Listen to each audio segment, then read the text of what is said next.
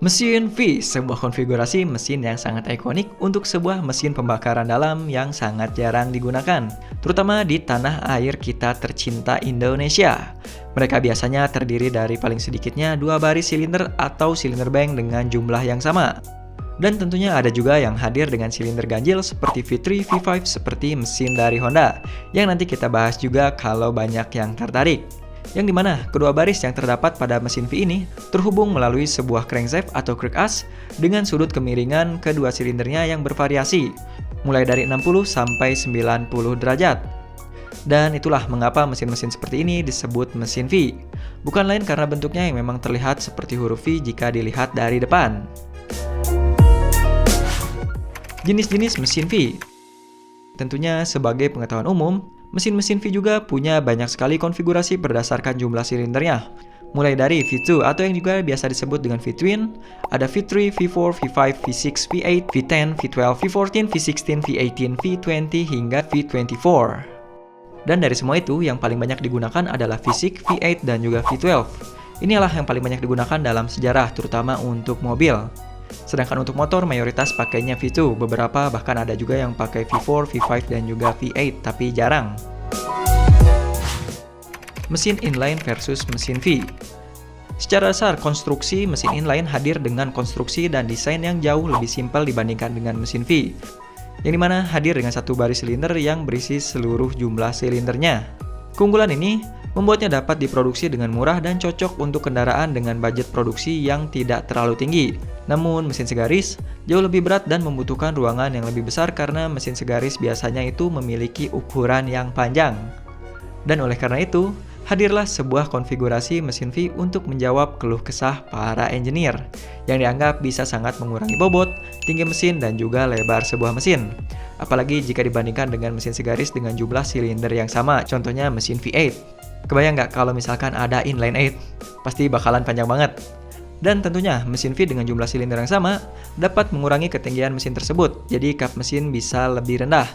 Walaupun memang mesin V sedikit lebih lebar dan membutuhkan ruang mesin atau engine bay yang lebih besar, tapi biasanya hal tersebut tidak menyebabkan mobil itu sendiri jadi lebih lebar. Malah biasanya menjadikan engine bay yang kecil bisa terlihat sangat padat dan terlihat rapi. Percaya nggak? Di samping itu, aspek lain yang menjadi kelebihan adalah mesin V dapat dibuat dengan kapasitas mesin yang lebih besar dibandingkan mesin segaris. Alhasil, potensi tenaga yang bisa dicapai juga lebih besar. Dan di video kali ini, kita bakalan membahas semua konfigurasi mesin V. V2 atau V-twin.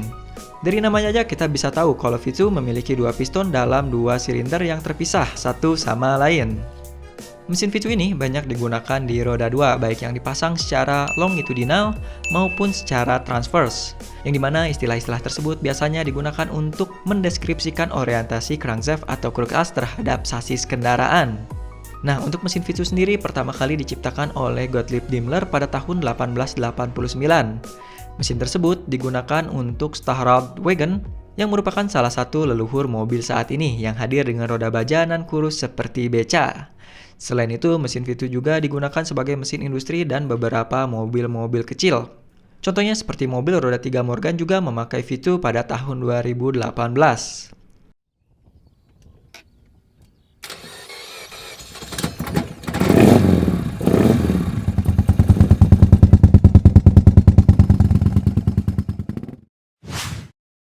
Mesin V3.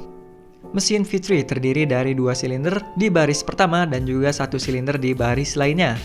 Konfigurasi ini tergolong cukup langka dan lebih sering digunakan pada mesin 2-stroke pada zaman Grand Prix Motorcycle Racing. Contoh pertama digunakan di tahun 1950 oleh DKW 350 dan juga Honda MVX 250F serta NS 400 yang hadir sebagai motorsport berkonfigurasi mesin V3. Yang kayaknya asik juga nih kalau kita bahas ketiga motor ini di video lainnya. Setuju nggak? Kalau kawan-kawan semua setuju, kalian bisa tulis di kolom komentar di bawah.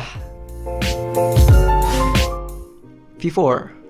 Mesin V4 adalah mesin 4 piston yang memiliki 2 silinder di masing-masing baris, di mana keempat pistonnya terhubung ke satu crook as atau crankshaft, yang kebanyakan mesin V4 memakai satu pin big end untuk 2 piston yang berlawanan.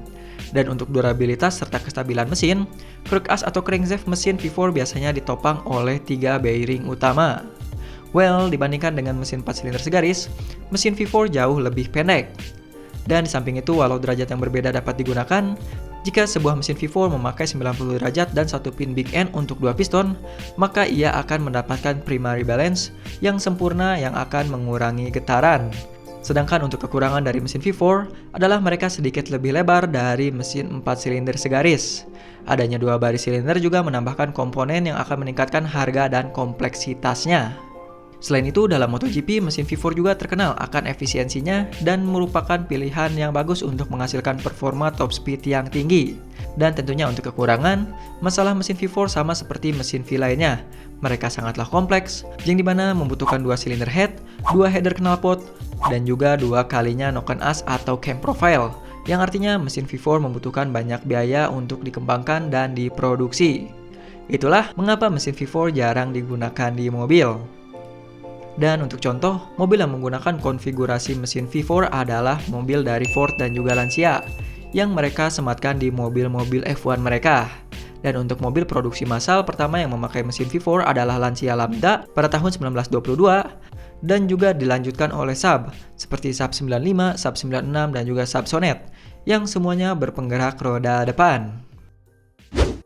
Untuk mobil sport yang mencoba menggunakan konfigurasi mesin ini adalah Matra M530, dan terakhir seperti yang kita bilang tadi, mesin ini juga digunakan pada kompetisi MotoGP. V5. Mesin V5 adalah mesin piston 5 silinder yang sangat-sangat jarang kita temukan. Yang dimana pada tahun 1980, Oldsmobile mengembangkan mesin prototipe diesel V5, tapi mesin ini tidak pernah sampai ke meja produksi dan lama-kelamaan proyek ini ditinggalkan dan dilupakan begitu saja. Satu-satunya mesin V5 yang dipakai di mobil produksi massal adalah mesin VR5 yang dibuat oleh Volkswagen, jadi bukan V murni. Mesin VR5 sendiri adalah mesin yang derajatnya sempit, yang mana kelima silinder tersebut mampu ditutup oleh satu buah silinder head, yang terdiri dari 3 silinder head di satu baris dan 2 silinder head di baris lainnya. Yang dimana ini merupakan sebuah konsep mesin yang unik namun aneh dan nanggung. Selain itu, karena 2 baris ini punya jumlah silinder yang ganjil, tentunya mobil menghasilkan getaran yang aneh dan cukup keras. Dan mesin ini sendiri pertama kali digunakan pada tahun 2000-an awal di VW MK4 Golf, VW Jettas, VW B5 Gen Passat, dan juga VW Beetles generasi baru. Dan lama-kelamaan mesin ini juga digantikan oleh mesin 4 silinder segaris turbo yang tenaganya hampir mirip tapi lebih ringan dari VR5. Dan seperti yang kita bilang tadi di awal, Honda RC211V, sebuah sepeda motor balap MotoGP, juga memakai mesin V5.